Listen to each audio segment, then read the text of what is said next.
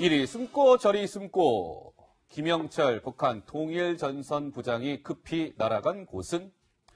자, 트리플 회동이 시작이 됐다라고 말씀을 드렸는데요. 크게 세 개의 축에서 지금 움직이고 있습니다. 장소도 세 곳이라고 제가 말씀을 드렸는데요. 먼저 저 멀리 미국으로 시청자 여러분 같이 한번 가보셔야 될 것 같습니다. 자, 미국 뉴욕인데요. 보시죠. 김영철이 급히 날아간 곳은 미국의 워싱턴이 아니었습니다. 미국의 뉴욕이었고요. 김영철이 조금 전에 비행기에 탑승을 했고요. 미국을 방문하게 되면 폼페이오 미국 국무장관과 만나게 될 텐데 글쎄요, 강 기자, 조금 전에 비행기가 떴죠? 네, 그렇습니다. 이제 조금 전 베이징에선 12시이고요. 우리한테는 오후 1시 시각인데 지금 보시는 이 검은 차량에서 이제 김영철로 추정되는 인물이 나왔고 경호원들에 둘러싸여서 이 공항, 베이징 서우드 공항 안으로 들어가는 모습을 보고 계십니다. 그렇군요. 빨간 동그라미 속에 김영철 지금 보고 계신데 멀리서 찍어야 될 만큼 상당히 통제가 심한 구역이었습니다. 네. 그래서 이제 정리를 해보자면 베이징 공항 도착 10분 전에 차량 두세 대가 국빈 통로 입구를 봉쇄된 상태에서 이제 출입을 하기 시작했고, 그렇군요. 차에서 내리자마자 취재진을 피해서 귀빈실 통로로 진입을 했기 때문에 취재진의 눈을 피할 수 있었다라는 그런 정리를 해볼 수 있을 것 같습니다. 예.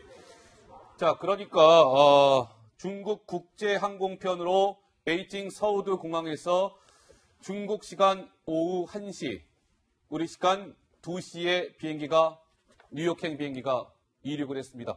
근데 비행기가 오늘 김영철이 이 비행기에 탑승하냐, 저 비행기에 탑승하냐, 굉장히 왔다 갔다 했다면서요?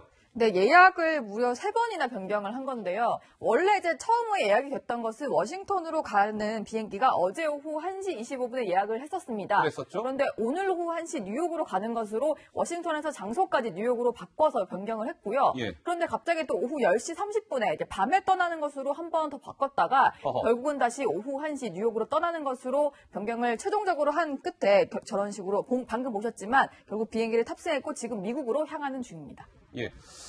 자, 우리 시간으로는 내일 새벽 3시 20분경에 미국 뉴욕에 저 비행기가 도착을 한다고 합니다. 근데 황 의원님 궁금한 것이 저렇게 노 기자 설명대로 여러 차례 비행기 편을 바꿔가면서 저렇게 기자들과 숨바꼭질을 한 이유는 뭘까요? 그만큼 기자들에게 알리고 싶지 않았던 걸까요? 아니면 중국 정부와의 뭔가 협상이 제대로 안 된 이유였을까요? 어떤 겁니까?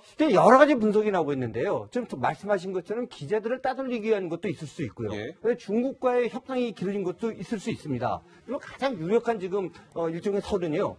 바로 워싱턴에서 뉴욕으로 바꾸면서 일어난 일이 아닌가라고 보고 있는데요. 아하. 왜 그러냐면 이제 아마 김영철은 워싱턴으로 가고 싶었을 겁니다. 이게 네. 상징성이 있으니까. 근데 이제 김영철 같은 경우 어쨌든 간에 지금 미국 재무부에 바로 제재 리스트에 올라가 있거든요. 예. 누구는 이렇게 얘기할지는 몰라요. 뉴욕이나 뉴욕이나 무슨 차이냐.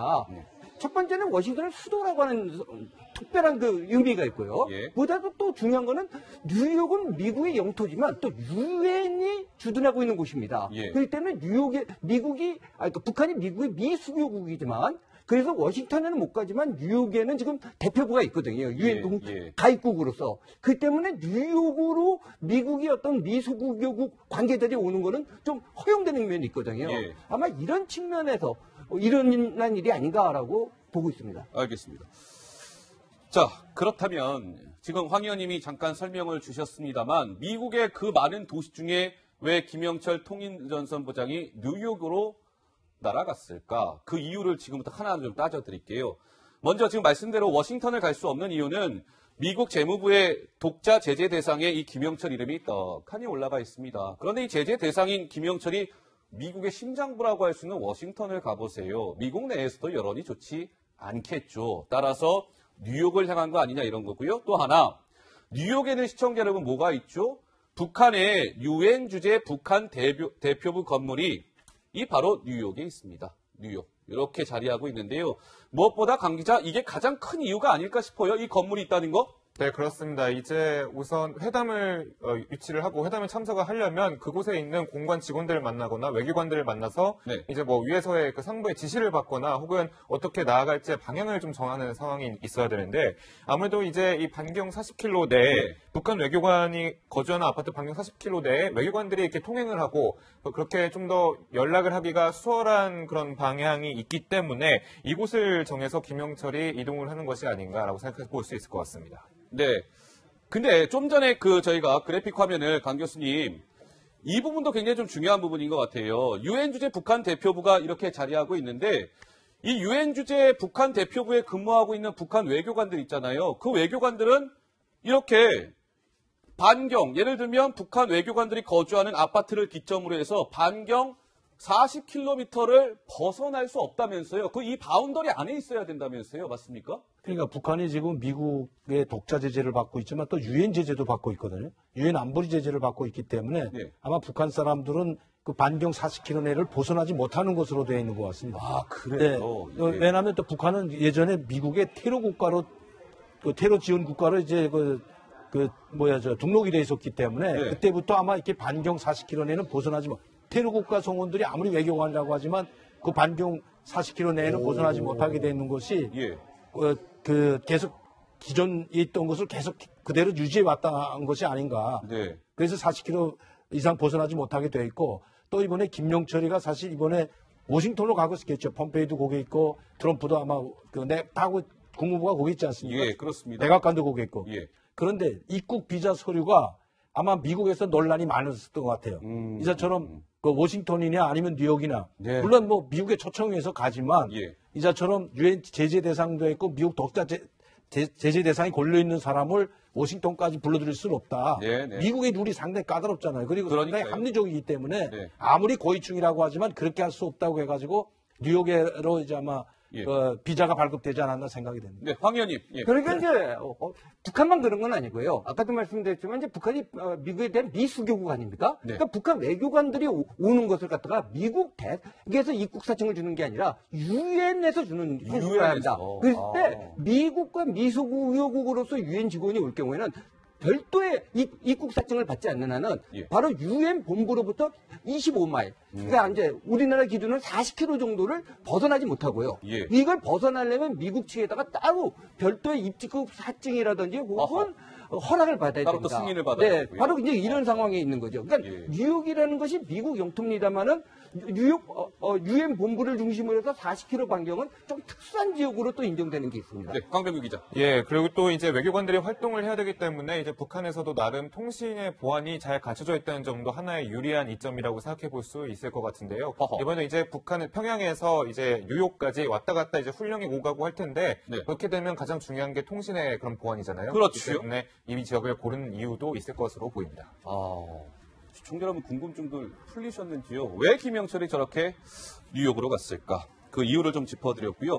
뉴욕에 만약에 도착을 하게 되면 김영철 통일전선부장은 미국 측 누구와 상대할까요, 노 기자? 아무래도 이제 협상을 위해서 만나는 것은 마이크 폼페이오 국무장관이 될 것으로 보이는데 그래서 네. 가장 궁금한 포인트가 김영철이 탄 비행기가 도착을 했을 때 그렇다면 폼페이오 장관이 마중을 나올 것이냐 이게 좀 궁금하잖아요. 예. 도착하는 시간이 미국 현지 시간으로는 오후 시간대에 도착을 합니다. 그렇기 때문에 뭔가 바로 만나지 않을까 이런 전망들이 나오고 있는데 예전에 좀 이제 기억이 나실 거예요. 북한에 폼페이오 장관이 방북을 했을 때 지금 이제 밑에 기다리고 있는 사람 바로 김영철 이제 통일전선 부장입니다. 그랬죠. 폼페이오가 내려서 바로 처음으로 맞닥뜨린 북한 고위급 관료가 바로 김영철이었기 때문에 예. 저렇게 두 사람이 이번에도 미국에서 반대로 폼페이오 장관이 기다리고 있다가 맞이하는 모습이 연출될 수도 있지 않을까 이런 관측도 있습니다. 네.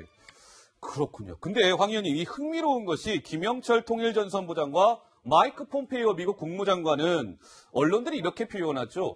스파이 수장들 간의 만남이다. 치열한 두뇌 싸움이 예상된다. 흥미로운 포인트 아니겠습니까? 뭐 현재 폼페이오 국무장관 같은 경우는 이제 국무부로 갔지만 예. 사실상 이제 바로 얼마 전까지 전직이 CIA 국장 아니었습니까? 그렇습니다. 그리고 단순한 그 자리가 아니라 좀 뭐 모든 시청자분들도 아시겠지만 요번에 이제 북미 회담이 벌어지는 과정을 보면 마크에서 계속 한 것이 예. 바로 이런 양측의 정보기관 쪽에 있지 않습니까? 근데 폼페이오 장관이 바로 이제 북한을 계속 방문해 갖고 이걸 조율했기 때문에 지금도 바로 이런 맞상대가 바로 이 폼페이오와 김영철 사이에서 이루어진다고 생각합니다. 알겠습니다.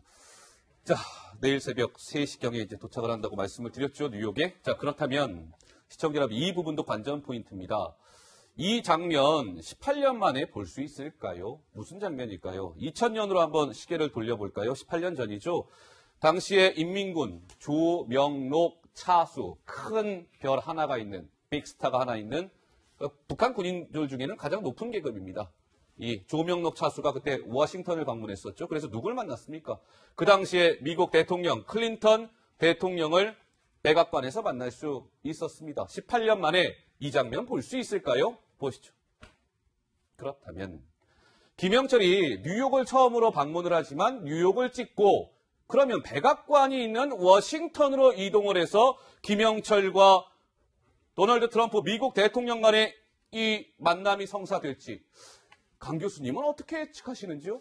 거기 좀 애매모호한 것이 예. 워싱턴으로 직방 가서 비자를 거기서 입국 심사를 해서 들어갔다면 호텔에 있었다면 아마 트럼프 대통령을 만날 수도 있겠다 이렇게 뭐 직감할 수가 있겠는데 예. 지금 바꿨거든요. 워싱턴으로 가려고 했다가 뉴욕으로 바꿨기 때문에 과연 그럼 워싱턴에 아니 그 바꿀 바치고는 워싱턴으로 직접 오면 되는데 왜 비자를 걸로 안 내주고 뉴욕으로 오게 해가지고 또 다시 거기서 불러들인다는 게 그게 조금 애매모호하지만 트럼프 대통령의 성격으로 봐서는 만날 확률은 좀 있다고 보여집니다. 네. 왜냐하면 김용철 폼페이오 국무장관이 왔을 때 김정은 위원장이 만나주지 않았습니까?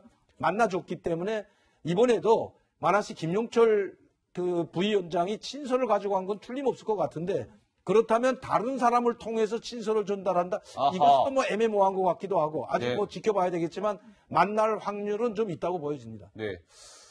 그렇군요. 자, 그런데 2000년 얘기를 말씀을 드렸잖아요. 조명록 당시 인민군 차수가 클린턴 대통령을 만났었는데 저 당시에는 진짜 인민국 그 군복을 그대로 입고 나타났었잖아요. 네, 그렇습니다. 인민국 군복을 입고 백악관을 찾는 것 자체가 상당히 이례적인 모습인데, 그렇죠. 저희 백악관의 모습을 보시고 계시는데 상당히 이례적으로 보입니다. 예. 이제 또 훈장을 좀 달고 난 거 봤을 때, 내가 이 정도로 북한에서 인정을 받는 사람이다, 하나의 기싸움을 보여주는 듯한 모습도 보였는데요. 예. 우선 조명록이 저희 간 이유는 어떤 적대적인 의미에서 간 것이 아니라 하나의 공동성명을 발표하기 위해서 찾아갔던 겁니다. 예. 이제 만난 다음에 이제 여러 가지 상호적으로 올브라이트 국무장관도 왜 방북을 하게 되는 계기가 됐었고요. 예. 이후에 이제 뭐 추가적으로 대화를 많이 나눠서 결국에는 북미 간 상호주권을 인정받고 적대 관계를 청산하겠다. 그리고 클린턴의 방북을 추진하겠다라는 그런 공동 성명까지 발표하는 그런 예. 계기가 되었는데 이후에 조지 부시 대통령이 대통령이 당선이 되면서 또 이 남북 관계가 북한과 미국 관계가 다시 뒤집혀지는 그런 예. 상황이 발생하게 된 거죠. 그 황 의원님 보시기에는 그러면 2000년 저 당시에는 조명록 당시 차수가 클린턴 대통령을 만난 건 북미 정상회담을 성사시키기 위한 만남 아니었겠습니까? 근데 저 당시에 그게 무산됐었죠? 네, 저 당시에는 또 이제 굉장히 이제 북한과 미국이 이제 가까워지는 조짐을 보였죠. 예. 그때도 이제 바로 이제 뉴욕 채널이라는 걸 통해서 연결이 됐는데, 예. 저는 이제 아까 이제 강 교수님께서 말씀하신 것처럼 저는 일반적으로는 만나지 않을 가능성을 많이 얘기합니다만 만날 가능성도 있다고 봅니다. 일반적으로 만나지 않을 가능성을 요번에 얘기하는 거는 예. 트럼프 대통령이 31일 일정을 보면은 뭐 텍사스로 가는 걸로 꽉 차 있거든요. 예. 그러니까 못 만날 것이다 라고 얘기하는데 네. 제 생각에는 트럼프 대통령 특유의 길들이기 아. 작전이 아닌가. 이래 놓고 우선 확정적인 홈페이지는 잘 얘기해봐라. 네. 그래서 너네들이 정말로 다 내려놓는다면은 예. 그다음에 폼페이오와 협상이 잘 된다면은 정격적으로 만나는 모습도 연출할 수 있다. 예. 이런 것이 아닌가. 예를 들어서 뭐 31일 날 밤에 심야에 만난다든지 아하. 아니면 김영철이 뉴욕에서 일정대로 더 넘겨서 하룻밤 정도 더 일박을 더 한다든지. 예. 근데 지금 당장 워싱턴을 불러들이기에는 애국께서도 말씀하신 것처럼 너무 부담이 크죠. 예. 제재 대상인데 그냥 워싱턴으로 온다? 근데 아직까지 뭘 다 비핵화에 대한 걸 갖다가 실무적인 얘기를 꺼내놓지도 않은 상태인데 예. 힘들죠. 그렇지만 만약에 김영철이 트럼프 대통령이 마음에 드는 수준까지 만약에 얘기를 한다면 예. 만날 가능성도 전혀 배제할 수는 없다. 예. 이렇게 생각합니다. 예, 며칠 미국을 저희가 주목해야 되는 이유이기도 합니다.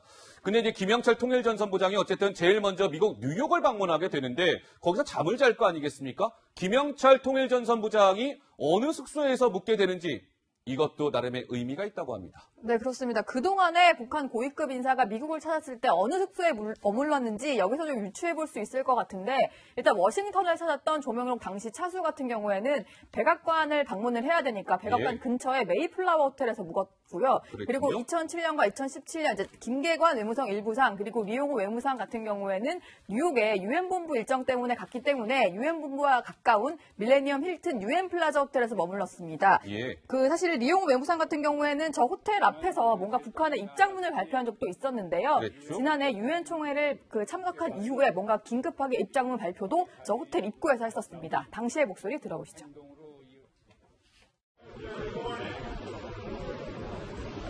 트럼프는 지난 주말에 또다시 우리 지도부에 대해 오래가지 못하게 할 것이라는 것을 공언함으로써 끝내 선전포고를 하였습니다. 누가 더 오래 가는가 하는 것은 그때 가보면 알게 될 것입니다.